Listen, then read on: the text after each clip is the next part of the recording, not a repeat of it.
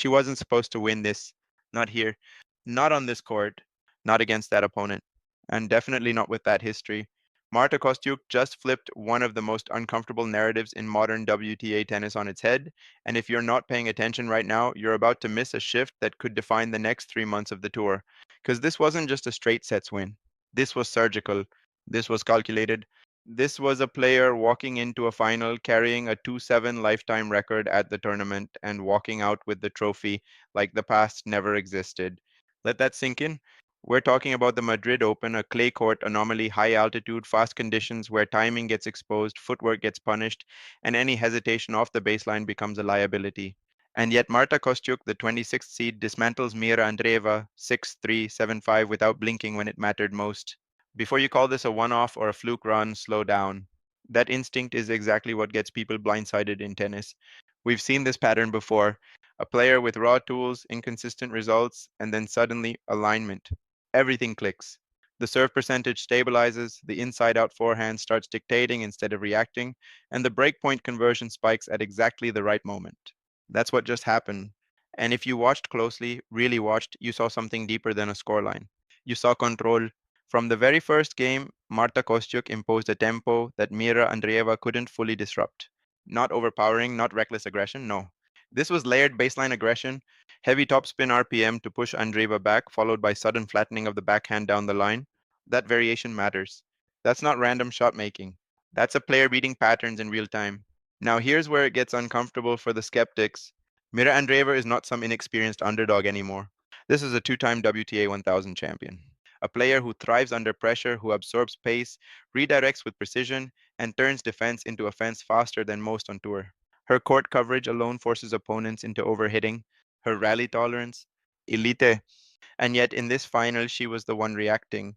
Why? Because Marta Kostyuk didn't give her rhythm, not for two consecutive rallies. The serve placement kept shifting, wide on the deuce court, body serves under pressure, and that occasional kick serve that dragged Andreeva off balance just enough to open up the next shot. It wasn't flashy, it was suffocating, and here's the part nobody wants to admit. The match was decided not by winners, but by who controlled the errors, unforced errors.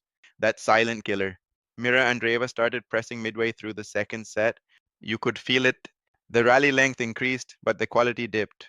She began going for lower margin shots earlier in rallies, especially off the backhand wing. That's not her natural game. That's discomfort creeping in. Meanwhile, Marta Kostyuk stayed disciplined. Neutral ball stayed neutral. She waited, constructed points, then struck. That's maturity. That's evolution. But let's go deeper because the real story isn't just what happened in the final. It's what happened before this tournament even started. A 2-7 record in Madrid. Read that again. 2 wins, 7 losses. This wasn't just a tournament she struggled in. This was a mental block disguised as a venue. High altitude, tricky bounce, faster clay. It never suited her timing. Her footwork would get rushed. Her contact point would drift. Her margin for error would collapse. And she knew it. She admitted it openly. I never thought I would be able to lift the title here. That's not media humility. That's a player being brutally honest about her own limitations. So, what changed? Because players don't just wake up and reverse a career long weakness. Three things. And this is where it gets interesting. First, serve efficiency. Throughout this tournament, Marta Kostyuk significantly improved her first serve percentage in key moments. Not just overall stats, no, I'm talking about pressure points, 30-30, break points, game points under pressure. That's where matches swing, and she held her nerve. Second, shot tolerance. Her rally discipline in Madrid this year was on a completely different level.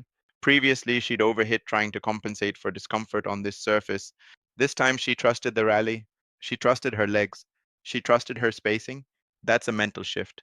Third, and this is the one nobody tracks on stat sheets, decision timing.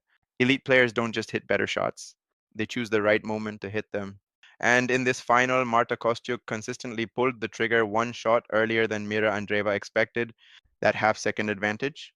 It's everything. Now let's address the elephant in the room. Why didn't Mirra Andreeva adjust?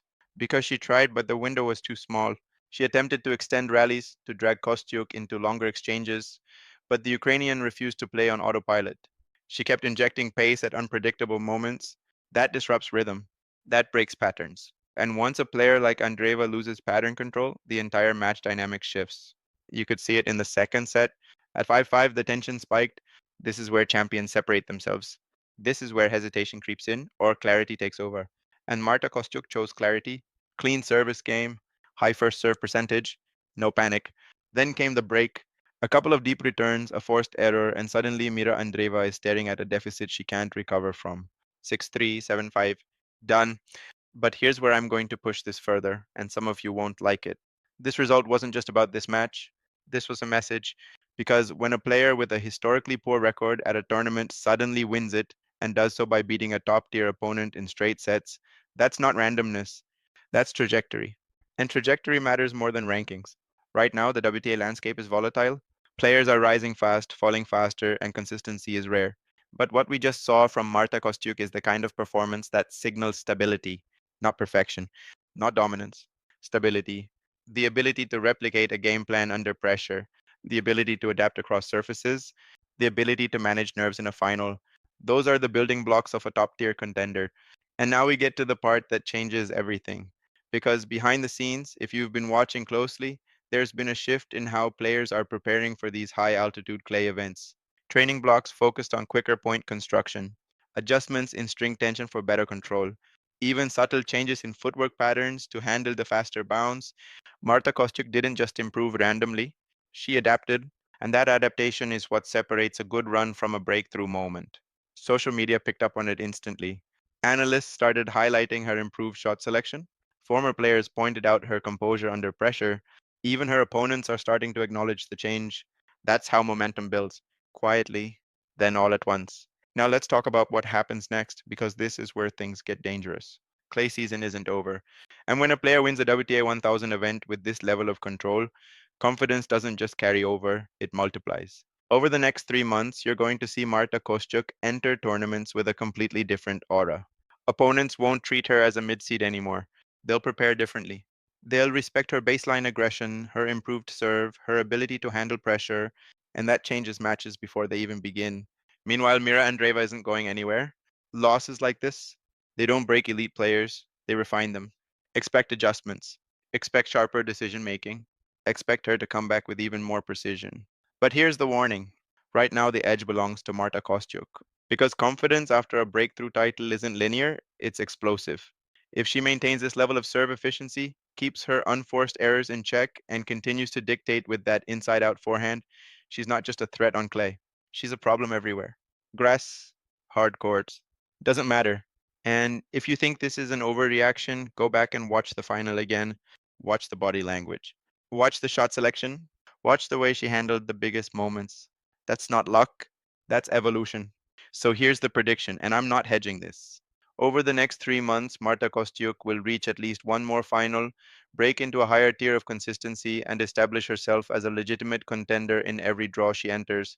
And for the rest of the tour, you've just been put on notice. Because the player who once went 2-7 in Madrid just turned her worst tournament into her strongest statement.